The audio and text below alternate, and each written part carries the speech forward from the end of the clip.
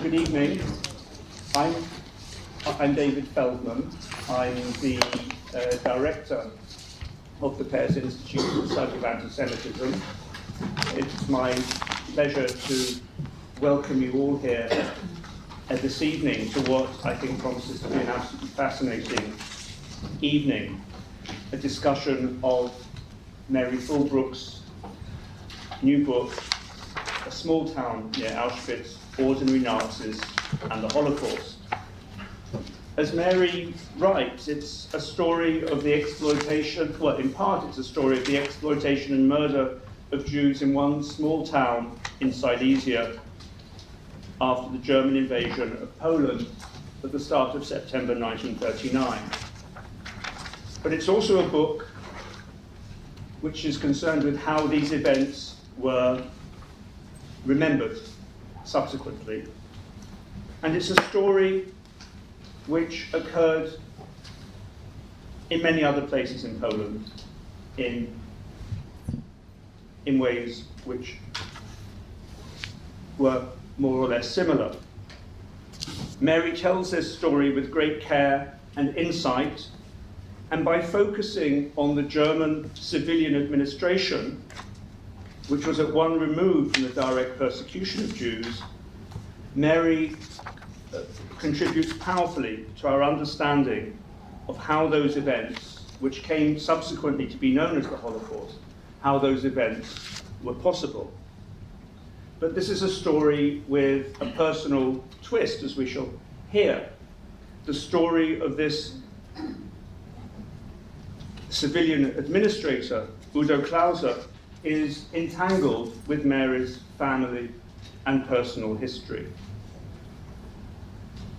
Mary Fulbrook is professor of German history at University College, London, just up the road from here, and she has written widely on the history of Germany in the 20th century, in particular on the history of the German Democratic Republic, and on violence and German dictatorships before writing this book. She'll be in conversation with Jane Caplan of St Anthony's College, Oxford, and also I'm at Birkbeck. I first encountered Jane when I was an undergraduate and learned hugely from her lectures on the Nazi state.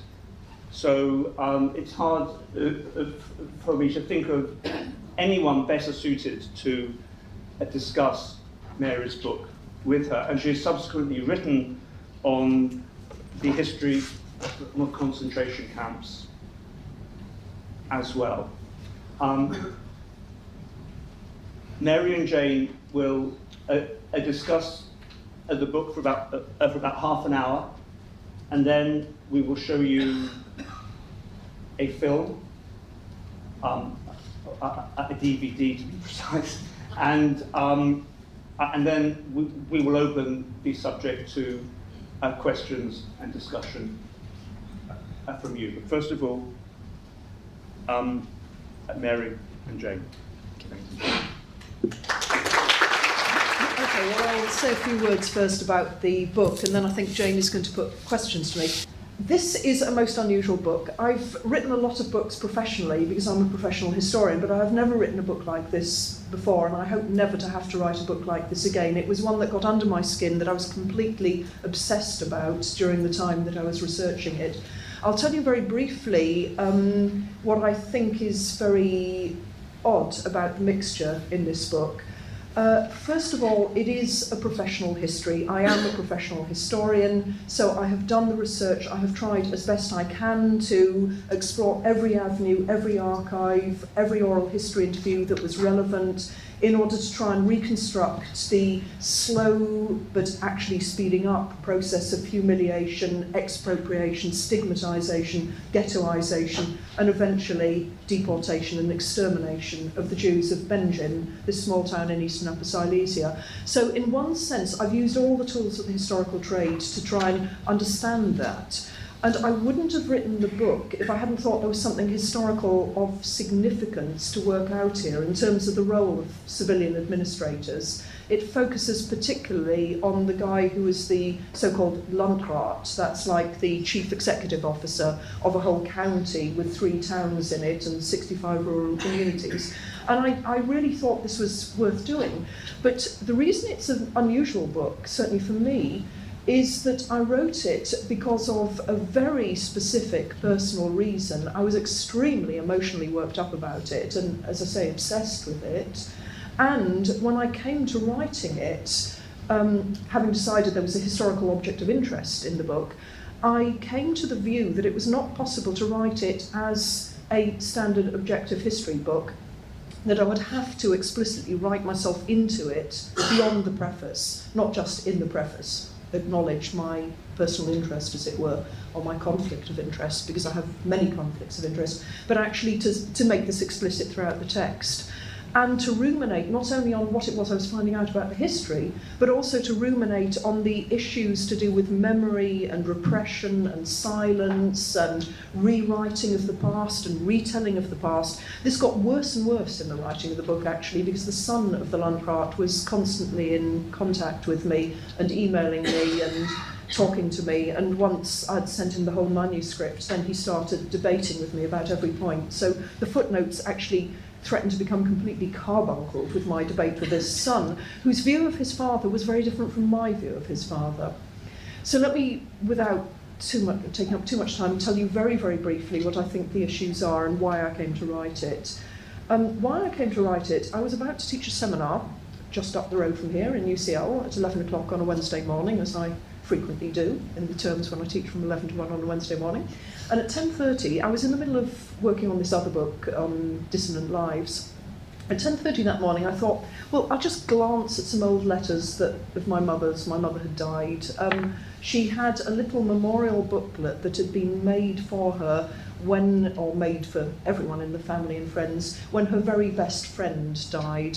The son made a memorial booklet about his mother's life and letters throughout her life, and one of the extracts in these letters I just looked at again at 10:30 that Wednesday morning, and it said, it was this woman, Alexandra was her name, writing to her own mother in Berlin in the war years, and it said, "Today 15,000 Jews were deported. It was so awful that I would have liked to leave the place too." And I just thought for a moment, I thought, well, it should have been that 15,000 Jews were deported in one day. This couldn't be. So I just Googled the name where she'd written the letter from, the name of the town, Bensburg, and I thought, I know Germany well, and I know Heidelberg and Freiburg and, Brandenburg, and there are lots of burgs and bergs in Germany, but I've never heard of Bensburg. Where is this? I Googled it, and up on my computer screen came Bensburg, the Germanized version of the Polish town of Bedzin, and on the Google page it came up with Landrat, Udo Klausa. And I felt like I'd been punched in the stomach. I felt literally, physically sick at this, because Udo Klausa was the name of my godmother's husband. He was the man to whom my mother's best school friend was married. My mother's best school friend, who was my godmother, her husband was Udo Klausa. And I thought, this cannot be. This just simply cannot be. Because my mother was a refugee from Nazi Germany. She'd left Nazi Germany in the 1930s. And she'd made friends again with this woman, Alexandra, her best school friend after the war. And we had known the Klausers really well. We'd been on holiday with them, we'd stayed in their house. I'd sat next to Udo Klausa for breakfast, for dinner. And I just thought, this man cannot have been a Nazi. He cannot have been. My mother thought her friend was in the resistance. So this was the initial shock, which just made me think, I've got to get to the bottom of this. What does a Landrat actually do? And I thought that Wednesday morning, well, okay, I'm teaching till 1, go to the library in the afternoon, bound to find some literature on it, solve it by bedtime. And then it took me several years. So this was how it started. I just realised there wasn't actually a significant literature on what it means to be a Nazi Landrat. And more specifically for me, I had to find out what this man in particular did. So that's how it started. Very, very briefly, why I think I had to write a book about it. 2 reasons. The bad reason, or maybe it's a good reason, I don't know, but one reason is I couldn't figure it out without collating the material. It was so complex, there was so much material. I simply had to put it together for myself, and that meant being who I am, writing it. I couldn't grasp it all without laying it out chronologically, seeing what bit of evidence fitted where, what did it amount to. So I had to write it for myself, and my first draft, I have to say, was extraordinarily angry. I was really, really angry, so it's full of emotion. And then the more I thought about it, the more I thought, actually, this makes some serious historical arguments that are not available in the literature, or not widely available in the English language literature. Certainly, there's a lot more that's been coming out in German on this level of civilian administration, but it's not really prevalent in much of the English language literature. One argument is that actually, when we're looking for the causes of the Holocaust, or when we're looking for explanations as to how it was possible that 6 million people were murdered, we've been focusing so much on issues to do with anti-Semitic ideology and brutalisation and willingness to pull the trigger. I won't go into the debates, but there are many that I'm sure you're all aware of. And it suddenly struck me with this man, it's not motives. He had no motives. He was just mobilised. So the importance of conformity, of being mobilised to do his duty, to simply pass on and carry out the orders that he got from on high. And secondly, it's not just pulling the trigger. If these civilian administrators had not laid the groundwork in terms of ghettoisation, the Jews would not have been so easily available for being rounded up, deported, and murdered. If they had still been eating decently, living a proper life, having their livelihoods, able to move around, it would have been much, much harder to get them together. I'm not saying it would have been impossible, but I think the ease of the deportation in some areas, not all, but certainly in this area, can only in part be explained, but it can in part be explained through the way the civilian administration laid the groundwork. And what is important there is that the civilian administration pretended they knew nothing about it. They knew nothing about Auschwitz, only 25 miles down the railway tracks. They certainly didn't want mass murder to be the outcome, and they didn't want to be held responsible for that after the war. So they could develop excuses, ways of talking about it that they could live with themselves afterwards, but they were a key element in the development of mass murder. And so it really struck me in looking at all this that it tells us an awful lot about the simple machinery of how the Holocaust was possible, and also the ways in which so many decent civil service, civilian administrators after the war were able to get away with it with a relatively untroubled conscience. This man kept saying, I did not want to become innocently guilty, and he never felt he was guilty of anything. He never seemed to show any remorse. So it seemed to me to tell a lot about the post-war period as well, and in the microcosm of the relationship between my mother and her former best school friend, my godmother, and their truce, their willingness not to talk about the past, never to really mention the Nazi period, not to discuss politics, to have a superficial social relationship. That seemed to me too to tell me an awful lot about post-war West Germans and how they were able to live with this past. So that's why I ended up thinking I'm going to have to write this as a book that other people can read and not just as an angry tract to myself. And then I tried to iron out all the emotion, get rid of it, and bits of it bubbled through here and there, and you can make of it what you will. Jane. Thanks very much. I mean, I think that gives a really interesting account of how this book came to be written and what its major themes are. And I think, I mean, I read it with enormous interest, and it's certainly clear that there's a sort of there's a dialogue going on between you and the material. And I want to come back to that in a moment and reflect a bit later on about the question of how one writes as a historian and as something else. But I think I want to pick up on the last point that you made, which is this word decency, in German anständig. I want to sort of ask you a bit more about that, partly from the perspective that I have as someone who worked on the history of the civil service, of this group of professional civil servants that the Landrat was a part of. And I think we should know that this young man, he was a young man, he just really got his first appointment in the 1930s. He trained after 1933. He really made his career choice after 1933, and he decided to go into the civil service at a point at which I think that he and his mentor, a man called Fritz Dietloff van der Schulenberg, were expecting quite a lot of the Nazi regime. They were expecting that the civil service would have an enormously important role, that the civil service and people like Klausa in particular, these local administrators who had a lot of local independence, so to speak, a lot of local autonomy, that they would become in some ways the kind of pioneers of a new form of really organised administrative rationality of efficiency, solving the problems that Germany had been developing from their point of view since the catastrophic defeat of 1918. They saw a really powerful role for themselves in this new state, because they thought, away with parliaments, away with the sort of problems of democracy, away with petty interest groups. We, the civil service, represent all that is kind of good and nationalist and solidaristic about Germany and the German people. And I think Klausa is a representative of that.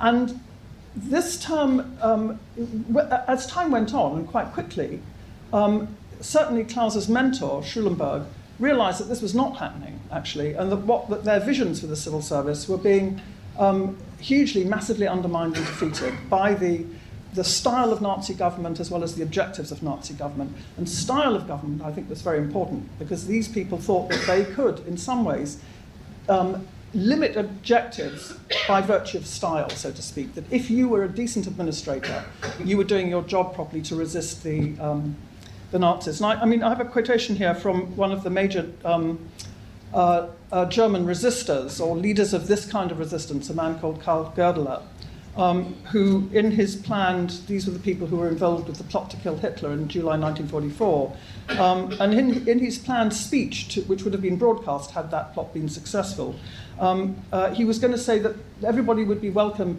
They wanted to restore the real Germany to itself, and that people of good conscience would have nothing to fear from a non-Hitler regime. So in 1944 he writes, "It's not a question of whether you're a member of the party or just a member of the German people.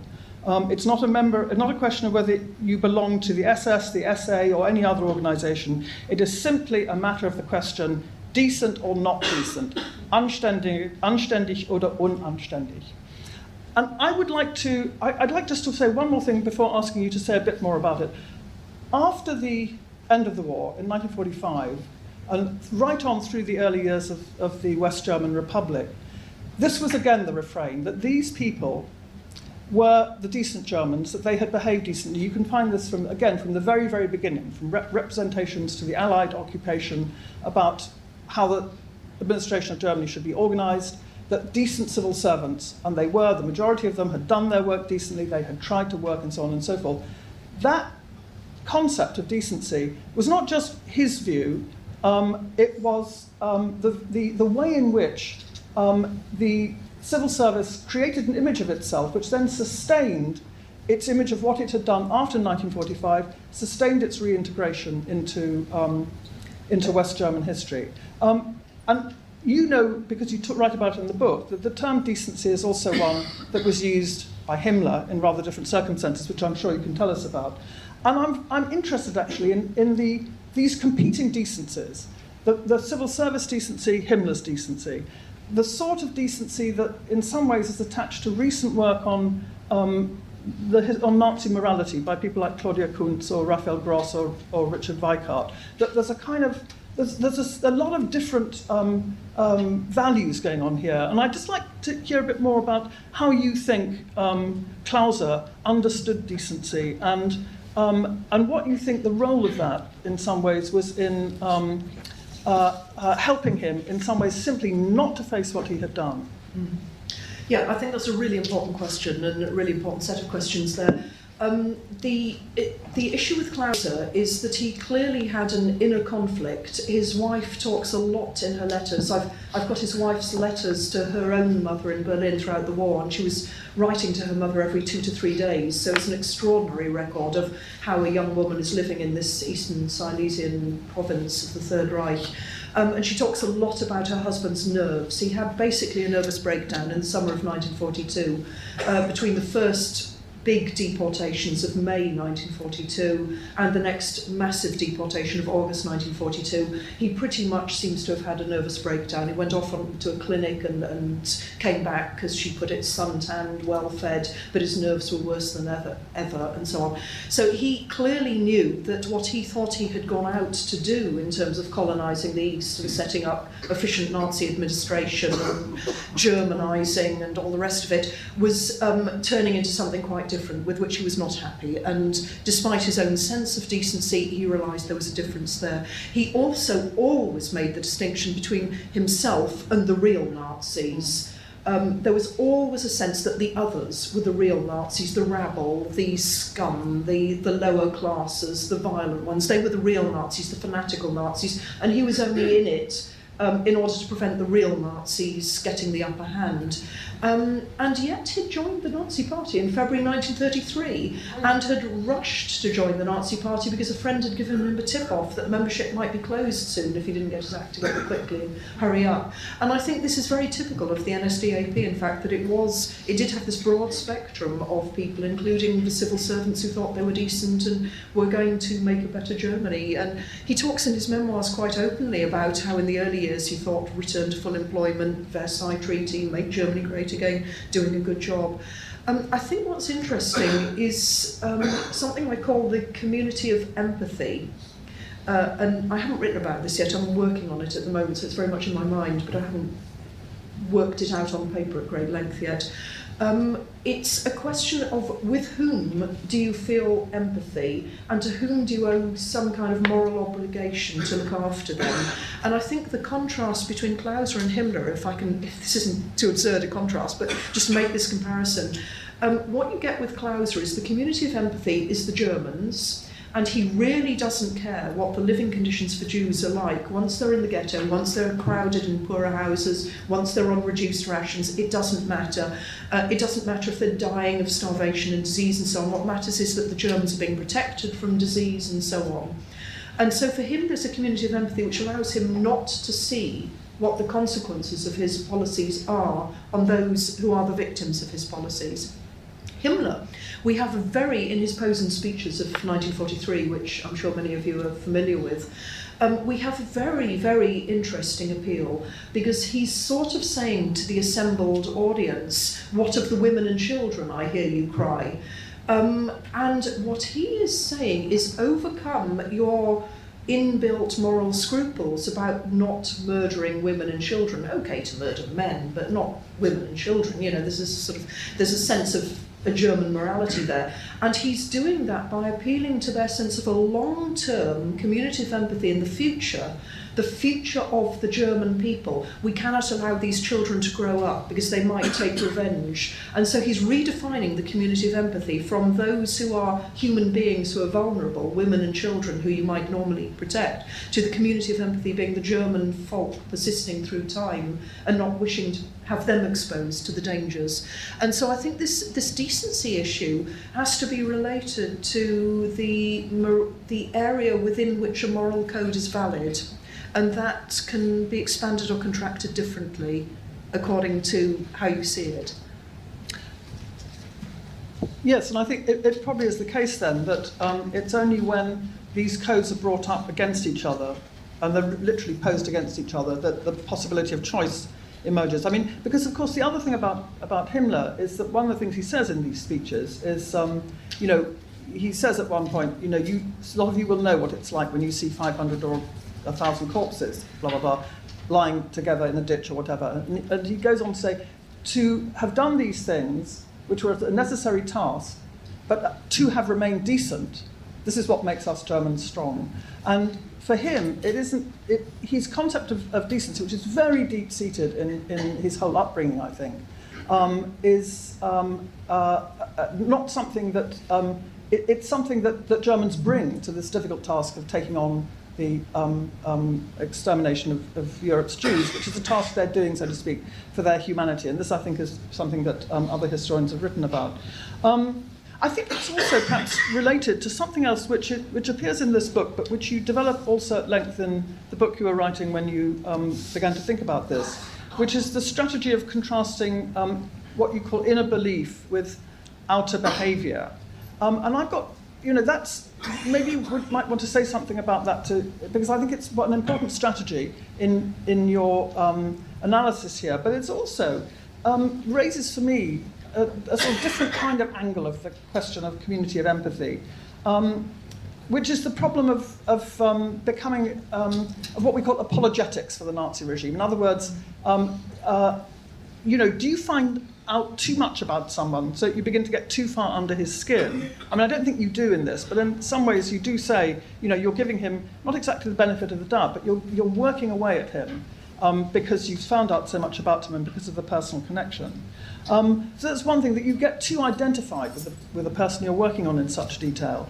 Or do you also get so slightly different, is whether you get so familiar with the sort of everyday sort of situation and constraints of action and choice that you understand too well how easy it is not to face the choices that we retrospectively say, you should have done this, you should have thought that, you should have, you should have thought about what you were doing. Here was a point at which you could have protested. Some people did, not many did, but some did. And I think it goes into a question which is going right back also to the point that you made at the very beginning, that you wanted to see how the administrative side of keeping everything going in some respects, while if your job was to sort of like to keep a Jewish population simply under control and make sure that the right amount, not too much, but some food got in, to make sure that they were in the right places at the right times, that the streets were barred and so on and so forth. That's something which ties in, I think, with what quite a lot of historians are interested in, what a colleague of ours called Alf Lütke some years ago called political rule as social practice, Herrschaft als soziale Praxis, and it's sort of the everydayness of administration. So I guess that's two sets of questions, inner belief and outer behaviour and the implications of that for you trying to write about Klausa, and then this question of being getting really involved with the very daily activity of how rule is maintained, how sovereignty, how power is maintained, that to step back from that and look again at the big picture becomes quite hard. I think the inner belief, outer behaviour one is really, really important. As you probably know, so many Germans afterwards said we were always against it. And there was the joke that after 1945 it turned out Hitler had been the only Nazi in Germany. This was a very prevalent joke. In the case of this particular case, I never felt I got inside, in part because my own emotions were much more tangled up with this story than with any one that I wrote about in Dissonant Lives, where I was trying to develop that as a strategy of analysis. Because here I was so angry with the man, and some of what I wrote was, when I first wrote it, was really just trying to show him posthumously, because he was dead, simply what were the consequences of his behaviour, because I was so angry about it. And then it was the son who kept saying to me, but you aren't interpreting this rightly, and you aren't interpreting that rightly, and he always wanted to get away. And then I started looking at it and thinking, well, you could see it that way, that's how the son sees it, but I see it a different way. And so you can't quite get inside his mind, even despite his wife's letters, even despite his son talking very openly and extensively. You can't quite get inside his mind. I think he suffered nerves for a long time before the deportations. I go back through the letters and I think some of it was he was just worried he was a young man, he was only 29 when he was appointed Landrat, and he was only provisionally appointed, was waiting to be confirmed in his post after a couple of years, and was nervous that he wouldn't be confirmed to the permanent position, that he wouldn't get tenure, as it were. Because he was a Catholic, and so some of his nerves might have been careerist nerves. I simply couldn't get to the bottom of his nerves, and I'm being charitable, thinking it's when he saw what he was getting deeper and deeper into, but one could see it differently, that he actually was just a careerist who didn't think this was quite the career he wanted, and was more, there are many ways of interpreting this. In terms of giving his side of the story too much credence, I certainly leant over backwards to do that, because my first reading of it was one of such anger that I was, the Sun still thinks I have a prosecutorial tone in the book. that I'm trying to really find him guilty of far more than he was guilty of. Other readers have told me, no, I lean over backwards and I'm far too fair to a former Nazi, giving him far more rope than he deserves. And I was really trying in every story that I tried to understand, and many of them are very difficult. He tells, in his memoirs, he tells these little stories. He tried to save a Jew. He never knew anything about the gas chambers at Auschwitz. He only heard about this really in 1944 through meeting somebody on a train. So the train story, which we get in umpteen autobiographies, and the try to save a Jew story, which we get in umpteen autobiographies, he too has these little stories. And my first reaction on reading them was the cynical reaction. He's casting himself in a good light. It's like so many West German stories, different from East German stories, which tend to say, yeah, I was taken in by it all, but then I was converted when I was in a Soviet prisoner of war camp. Different kind of pattern of storytelling. So my first reaction was cynical, and then I tried to listen hard to what the son was saying, because he knew, respected, loved his father, and was really almost... You'll see the son, in fact, in the short film that we're going to show, because there are bits of interviews with him, and he'll tell you some of these stories there. So I tried to tell both sides, but I never felt I actually got inside the head of this man, because I felt such a strong dislike for him. I actually couldn't bear reading his memoirs that I was having to juxtapose with what I'd found in the archival and other evidence, and I actually felt physically quite sick some of the time when I was looking at his memoirs. It just really revolted. So I don't think in the case of this man there was that danger that you pointed to, and I don't think there was the danger of the everyday, power as social practice kind of seeing the wood for the trees, because actually what struck me more and more was the significance of the wood, the significance of, you've got to understand the tiny details, the stages of ghettoisation, the creeping into it bit by bit. First get the Jews out of the houses the Germans want, then get Jews into areas where Germans don't have to see Jews and Jews don't have, and then concentrate them and incarcerate them so that they can't escape. And that bit by bit progression, when I suddenly realised there were really three very distinct stages of ghettoisation, and they were for different purposes at different times, and that it wasn't necessarily predictable at each stage what the next one would be, then I suddenly thought, no, I can see a pattern here, which is more than the day-to-day practice that one can easily get lost in, as you point to it, that it is a roller coaster that is going very radically through different steps to an ultimate end that we know about. So I didn't feel either of those were quite dangers in this particular book. It might be in other contexts, but not on this, when I was working on this. I mean, I think we probably have time for one or two more observations, comments and questions before we see the film. I do think it's important that he's in a very peculiar territory. I mean, if you read the book, you'll see it's quite difficult to describe what this territory is. And even the maps in the book don't make it easy to see that this was a territory in which actually there was quite a lot of population exchange going on.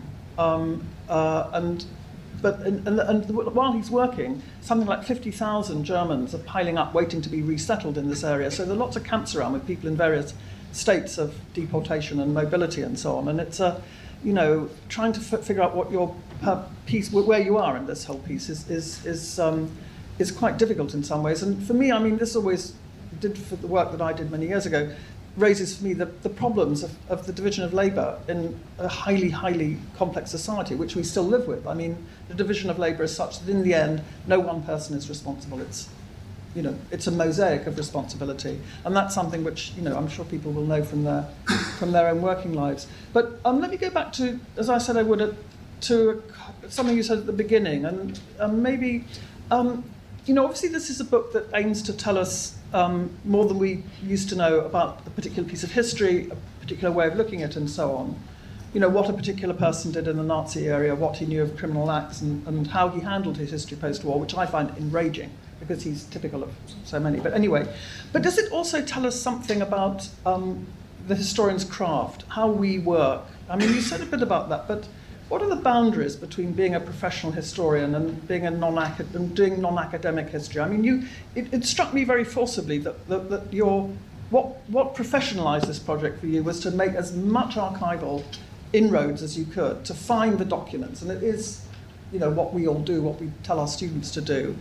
But I just wondered about, that this produces, in some senses, a different kind of history writing. Certainly for you, I don't know whether you had any models, for example. You had in mind anyone else who'd had to face this kind of, sense of dual engagement with it, or whether you felt you were forging a new way of doing it. Maybe you could say something about that. Certainly it would interest me. Yeah, I certainly felt I was breaking some of the historical rules. There's a chapter in the book on Auschwitz. It's, I think, the penultimate chapter. And I knew what I wanted to say in that.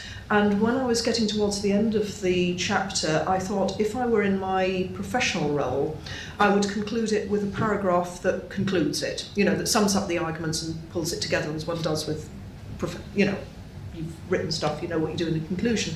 And actually I was so angry at that point that I thought, after I've had all these post-war defence statements of former Nazis, the head of the gendarmerie, who I know to have been responsible in assisting in roundups for the deportations, saying after the war to the Ludwigsburg authorities investigating him, I never knew anything about it. I was away when the deportations occurred. When I came back, I just saw bloodstains leading to the railway station. I was shown this, and I said, oh my goodness, what happened here? And they said, why were you away? And he said, well, my son got married. What year did your son get married in? He got married in either 1942, when there was one major deportation, or 1943, when the whole ghetto was cleared and everybody was deported and killed immediately on arrival in Auschwitz. Well, did your son get married in 1942 or 40? I can't remember, it was either 1942 or 43. And the Ludwigsburg authorities did not say, well, if your son got married in one of the years, where were you in the other year? They did not pursue. Anyway, I'd been writing about these little statements and just feeling really... feeling involved in it, let me put it that way. And when I got to the end of that chapter, I thought, can I actually end this in any other way? And I just thought, damn it, I'm just going to juxtapose their statements with the first testimony, post-war testimony from the Wiener Library, given in May 1945 by a man called Mordecai Lichtenstein, who had survived Auschwitz. And he says, I'm very grateful to this country. He's in London. He says, I'm very grateful to this country for all it's given me. But having lost my wife, my brother-in-law, names various relatives where he'd lost them on the death marches in Auschwitz, whether a man of my experience can ever be happy again, that I severely doubt. And at that point, I just thought, I'm not going to pretend this is, at this point, what one does in academic history. I'm just juxtaposing that to remind... posthumously Udo Klausa, posthumously other members of the family, that all these statements from all these former Nazis who never knew anything about it, that's what that had led to, and that he was having to lead a life after the war, doubting whether he could ever be happy again. And these characters were evading denazification and evading being brought to justice. And I just felt so sick to the stomach. I thought, I can't write normal history here. So that's one way. And I certainly wouldn't normally write about my feelings in the way that I did in the conclusion, but I just felt I've got to say it how I'm feeling it. And yet I was in a twist. I was in an absolute conflict of interest because I didn't want to upset the family. I didn't want the 6 living children of this man to have to be confronted with a different picture of their father, so late in their lives. They're all in their 60s and 70s. And so I felt extremely bad about that. And still do. I still wonder, was this the right thing to do? On the other hand, if I don't write it, I'm colluding in their own cover-up.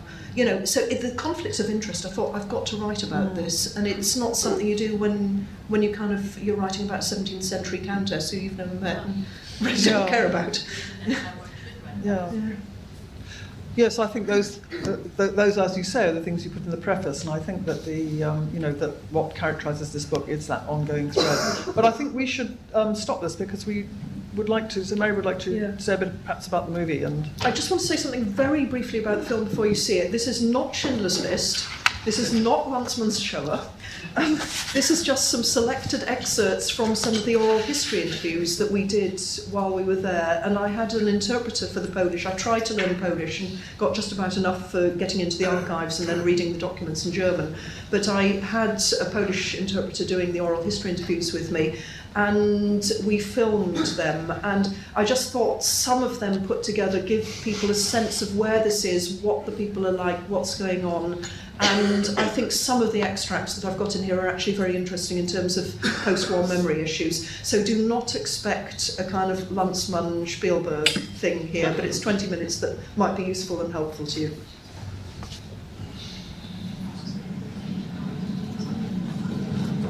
Does this say Sosnovitz levels 86? Yes. Yes. Just a moment. Yeah, that's it. Sosnovitz.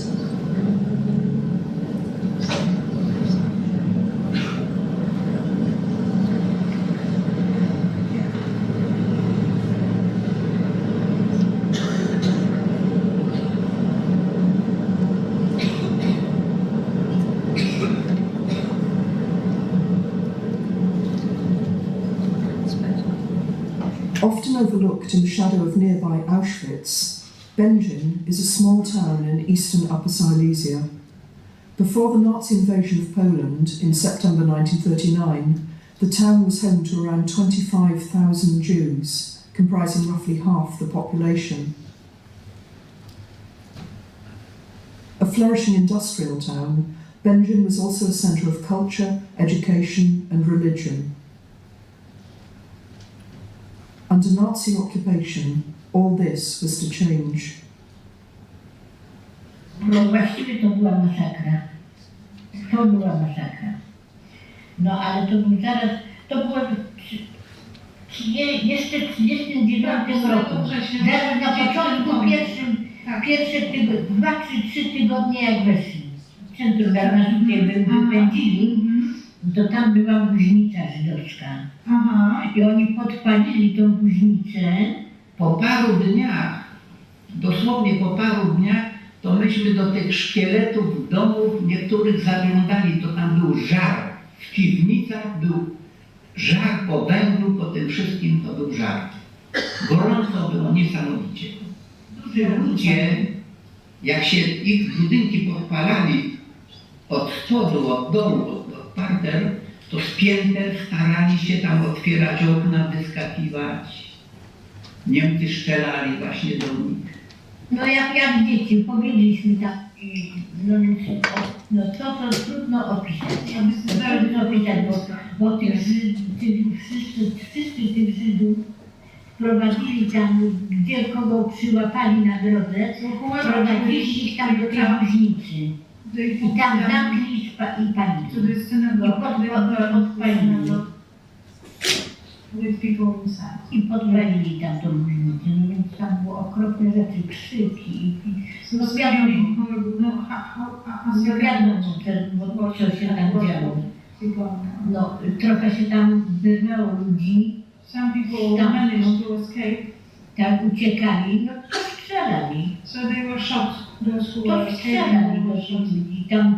I potem jak się już skończyło, to potem na drugi dzień. To trupów leżało masę, nie można było mało, no masę leżało tu.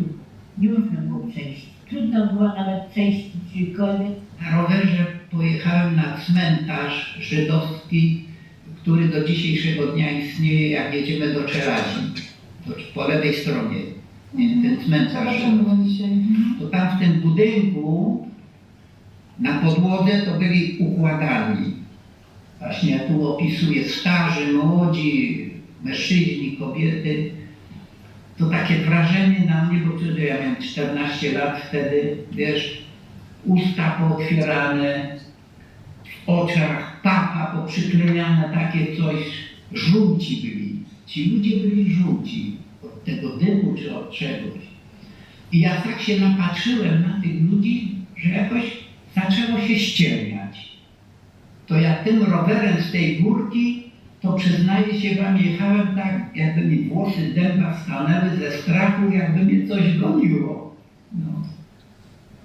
Early acts of violence, such as the burning of Jews in a synagogue and surrounding houses, soon gave way to a more enduring period of what might be called systemic violence. Eastern Upper Silesia was annexed and incorporated into the expanded Greater German Reich. the county and town of Bedzin were taken under civilian administration. My father was the son of a Landrat. Landrat is the head of a district administration and wanted to be a Landrat also. This was his professional dream. Many Germans perhaps thought, well, there was the SS and on the other hand the normal administration, and they were quite apart. But this was not possible because the superior of all the Regierungspräsidenten and of the Landräte and so on was a man who resided in the Ministry of the Interior, and his name was Reinhard Heydrich. And he sent many of these circulars around what should happen to the Jews, how their rations should be cut, how they should be concentrated in ghettos and so on and so forth. And the administration, of course, couldn't have executed that. Under German civilian administration, Jews were forced out of their houses and moved into a ghetto area. They were subjected to forced labour duties, and some were deported to slave labour camps. Living on reduced rations, wearing the Star of David, Jews endured a regime of terror. Conventionally, we think of Nazi perpetrators as those involved in direct physical violence: the SS, the Gestapo, the killing squads, and the concentration camp personnel. Less well explored, however, are the roles of civilian administrators. But they implemented a deeply racist system, laying the groundwork in terms of ghettoisation, stigmatisation, loss of liberty, humiliation and degradation, which later made it easier for the frontline killers to do their work, rounding up and deporting the Jews. It was often only at this stage, and sometimes even later or not at all, that civilian functionaries realised where their actions had led. Of course, we asked him what happened there when after we were born, and he told us about it, but not so many details. It struck us, my sister and myself, that my father felt quite uncomfortable in this place, you know. He didn't like the memories. Of course, we didn't know much about those memories at that time, but we both remembered that he felt uncomfortable and that he felt like leaving as soon as possible. Nie tak daleko tam na takiej ulicy Zawady powiesili kilku Żydów. No to akurat przypadek chciał, że tutaj w środku Bedzina mieszkała babcia. I akurat wracałam z powrotem, jak musiałam to widzieć.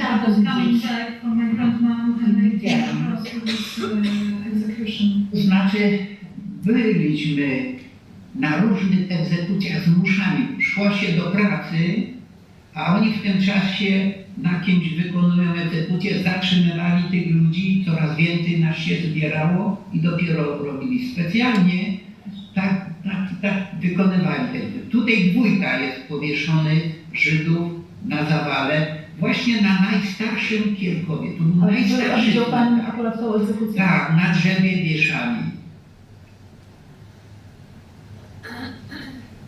So what was it he actually witnessed in Bedzin that made him feel he must leave? Well, it was on the one hand the general conditions, life conditions of Poles and especially Jews, and then the deportation. He saw the first large-scale deportation of Jews in August 1942. I saw how a soldier tore a baby who was only a few months old out of a mother's hands and bashed his head against an electric pylon. The baby's brains splashed on the wood. The mother went crazy. I am writing this as if nothing has happened, but I'm young, I'm 14, and I haven't seen much in my life, and I'm already so indifferent. Now I am terrified when I see uniforms. I'm turning into an animal waiting to die. One can lose one's mind thinking about this. Rutger Laskia, diary entry, written in February 1943 in the ghetto, recollecting her experiences of the previous summer. One of 23,000 Jews gathered on a former sports ground, now the Bedzin bus terminus, Rutger Laskier faced the selections of August 1942.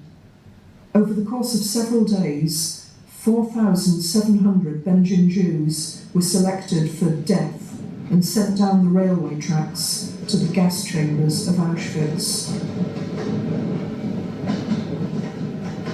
Thousands of others were selected for slave labour, either in the locality or in camps run by the SS.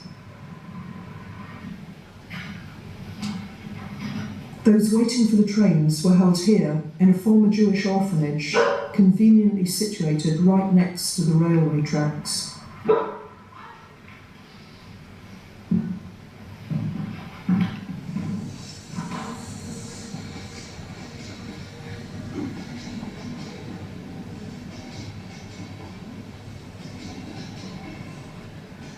They were loaded onto trucks and cattle wagons here at the Bedzin railway station.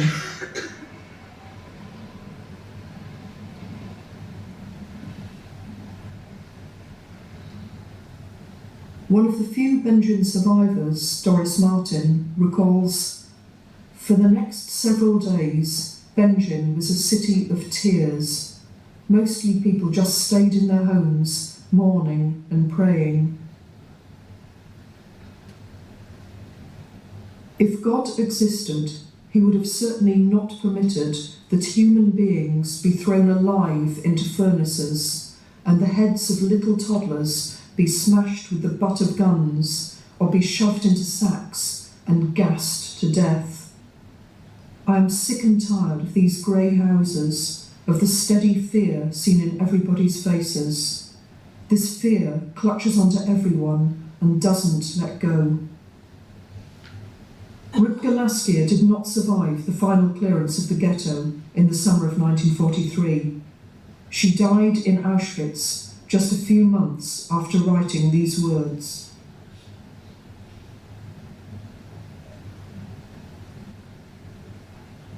We traditionally think of Nazi perpetrators as the front-line killers, those who pulled the trigger. But civilian functionaries also played a role in creating the preconditions for genocide. The ways in which they represented their actions to themselves and to others, at the time and later, are highly complex. Does he show you where he lived? Yes, he showed us the house where we live, the official house that he inhabited, which was the house of a former Jewish factory owner who had fled. This wealthy factory owner, the Schein family, had also endowed the Jewish orphanage, taken over by the Nazis as a Gulag or transit camp. He also showed us where his former office was. Yes, there wasn't much to see there. It was a very drab place, and I think still is. The whole area there on this eastern part of Upper Silesia, including my own birthplace, Gleiwitz. I mean, this is not exactly what you would choose for your holidays. Klausa was clearly uncomfortable about his role, suffering from nerves throughout 1942. He finally left for the front in December 1942, feeling that in this way he could avoid, as he put it, innocently becoming guilty. But it was already too late. The municipal authorities had become deeply implicated, effectively incarcerating the Jews in the ghetto and making it easier for the SS and Gestapo to carry out the final ghetto clearance, even in face of fierce resistance on the part of the Jews, in an uprising lasting 2 weeks in the summer of 1943. In his view, and in the view of many Germans, there was the opportunity of the grey immigration, and that was the army, the Wehrmacht, which for a long time was comparatively independent, and later on it was, of course, no longer independent, but still people thought there they could do what every normal Briton or American did, serve their country in the army. My father, of course, realized much later that only as long as the army stood could the furnaces of Auschwitz operate, so that this was certainly an error. but this was what he and many other conservatives thought at that time. Auschwitz has come to epitomise the evil of genocide. More people were killed here than in any other single site of extermination. Yet this was only a tiny fraction of the total. Far more people were murdered across Europe, in fields and villages, in towns and cities, than in all the dedicated centres of extermination. And people also died from the effects of brutality, malnutrition and disease in the overcrowded ghettos and labour camps run by the Nazis. My father would tell me about some terrible experiences that he had in a variety of camps during the Second World War. But sometimes only in the middle of the night when he would have a nightmare and I would hear it, did I realize that probably the most horrific parts of what he had experienced is something that he didn't share with me. Growing up the way in the atmosphere that I did, of course, the Holocaust was omnipresent. I was not one of those children who did not hear about it from their parents. Quite to the contrary, my parents talked, my father especially, but my mother as well, talked about it all the time. Oh yes, they talked a lot. I mean, many people of my generation say that their parents never talked about the Third Reich. My parents did so a great deal, especially my father always tried to understand how was it possible that everything went so wrong and what could he have done differently. Even in families where there was a great deal of candor about those experiences, there were certain things that, for very understandable emotional reasons, parents didn't share with their children, or at least not directly. He even succeeded in saving for the time being his own janitor, who was Jewish, and his family. He put on his army uniform, went to the place where all these people were interned, and said, "I need these people for my work," and they released them. But after 1 week, these Jews were hidden in his basement. They had to leave, and he doesn't know what happened to them. Probably they were also caught by the SS later on. He had an impression what Auschwitz was really about only in 1944, when he met a schoolmate, former schoolmate in a train, and he was wearing an SS uniform. He asked him, "Now where are you working?" He said, "In Auschwitz." He said, "What are you doing there?" He said, "Oh, don't ask me, it's horrible." And then he had a foreboding what happened there. Of course, many other Germans knew much more, not necessarily about Auschwitz, because these death camps were really kept secret very well. They talk a lot. Wszystko najgorsze, wszystko zło. Yeah, everything was the worst. Yes, the worst. They were discussing, they were saying things. So więc ludzie wiedzieli, co się dzieje. Wszyscy Wiedzieli, tak, to nie było tajemnicą. Okay, so everybody knew about Auschwitz. Yeah. Tak. Całe społeczeństwo. Tak. Więc jak ktoś mówi, że on nie wie, to po prostu bzdury gada. Że on Nie, wszyscy wiedzieli. Everybody knew. Wszyscy wiedzieli, to było to. Wcale nie, to nawet oni chyba się nie kryli. It wasn't Bo to nawet nie zabraniali mówić ani nic. Tak? Nie zabraniali wcale. Were people very scared? Czy ludzie bardzo się bali? Oj tak, oj tak.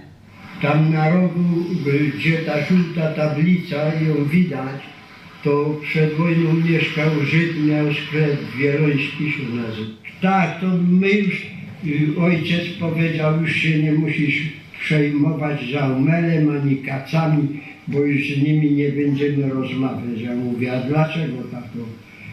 Synek, oni już dawno w Oświęcimiu kominem wylecieli. There is, of course, a clear difference between the perpetrators from the Gestapo, the SS and the police forces, the men who shot and killed, and the grey-suited civilian administrators in their offices. But this does not mean that these civilian functionaries should be overlooked. Whatever their inner qualms and doubts, they faithfully implemented Nazi policies.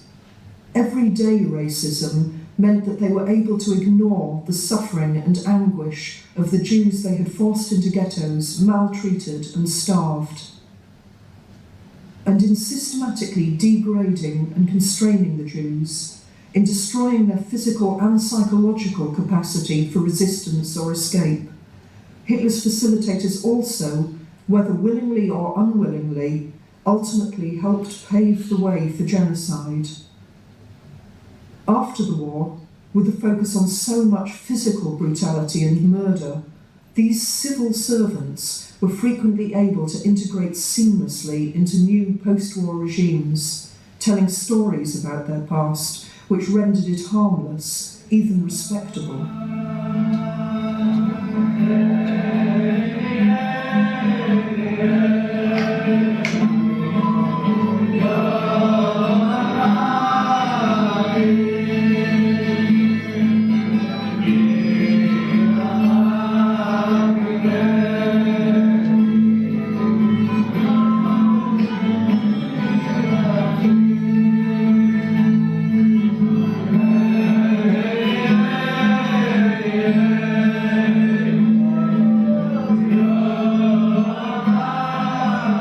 Some general conclusions can be drawn about the wider significance of the case of Bedzin. It can help to explain how the Holocaust was made possible by the actions of so many, yet actually intended by so few, and how some people could later claim that they had always been against it, with varying degrees of honesty, while their behaviour at the time had in fact propelled the dynamism of Nazism onto the murderous conclusion that was Auschwitz and all that this stands for.